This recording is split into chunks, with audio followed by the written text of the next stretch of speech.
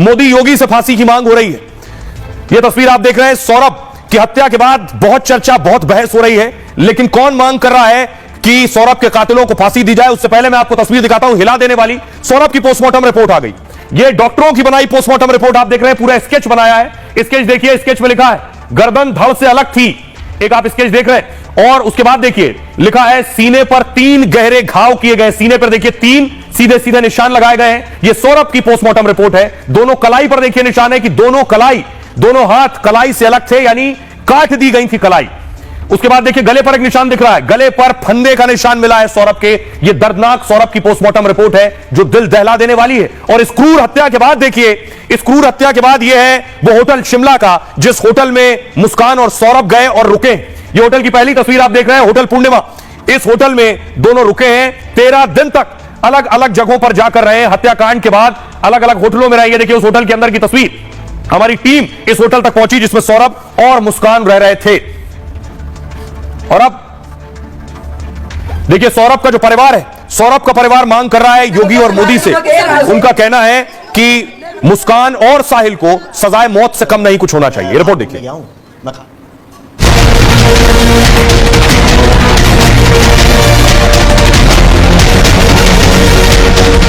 मेरठ के जिस दिल दहला देने वाले मर्डर से देश सकते में है, उस 15 टुकड़े वाले मर्डर में न्याय के लिए मोदी और योगी से गुहार है। लोगों को फांसी की सजा मिलती है, 4 5 जन उनको फांसी की सजा मिलती है।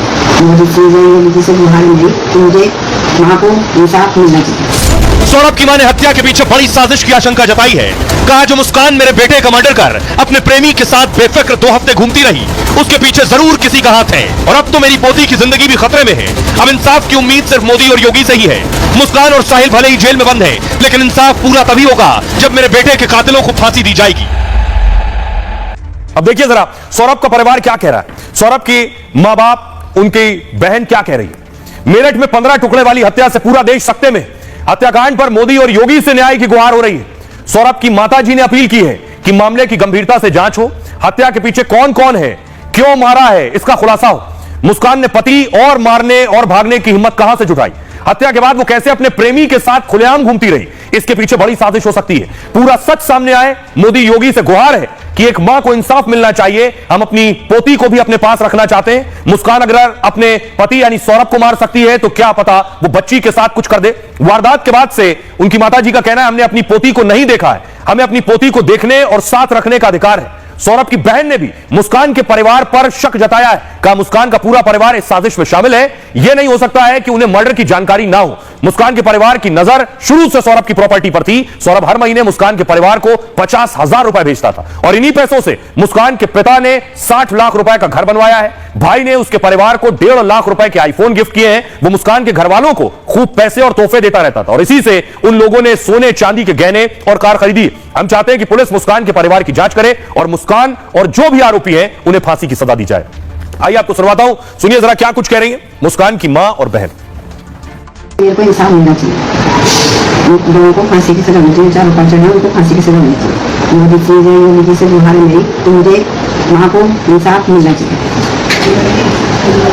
चाहे वो जांच करावे, क्राइम ब्रांच से करावे या CBI से करावे, किसी चीज से जांच करावे, मुझे एक पहलू का एक नजरिए का पता होना चाहिए। क्या क्या हुआ, क्या क्या नहीं हुआ उस लड़के के साथ। ऐसी क्या बात थी, क्या चीज हुई आपस में, किस बात पे झगड़ा हुआ, क्यों हुआ, ये सब चीज का सोल्यूशन मुझे चाहिए। नहीं हमारी तो है, हमारी तो फांसी की मांग है भैया। उसे फांसी चाहिए, उसके घर वाले, उसका भाई, उसकी बहन, सब जितने, माँ भी शामिल है, माँ भी शामिल है। माँ शामिल नहीं होती तो ये सब होता ही नहीं। एक चीज बताओ, जब अगर मैं आप ही के ऊपर कहती हूँ, अगर आपको बिना करे धरे कोई 50 लाख का मकान दिला देगा तो आप क्या करोगे? उस बड़े हुए आदमी के गुण गाओगी ना। वही हुआ है, अब वो मर गया है, उसके गुण गा रही है।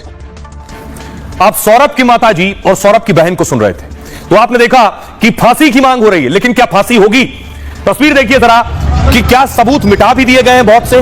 पुलिस को ड्रम मिला है, उसके बाद पुलिस ने कुछ लापरवाही की, वो लापरवाही के आरोप लग रहे हैं पुलिस पर। अगली तस्वीर देखिए जरा, ये है साहिल का घर।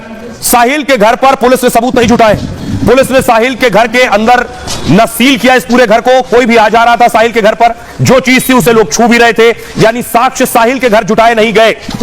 और इस मामले में पुलिस पर भी एक्शन हो गया है क्योंकि पुलिस ने ठीक से इसमें सख्ती नहीं बरती है। यह साहिल के घर की तस्वीर है।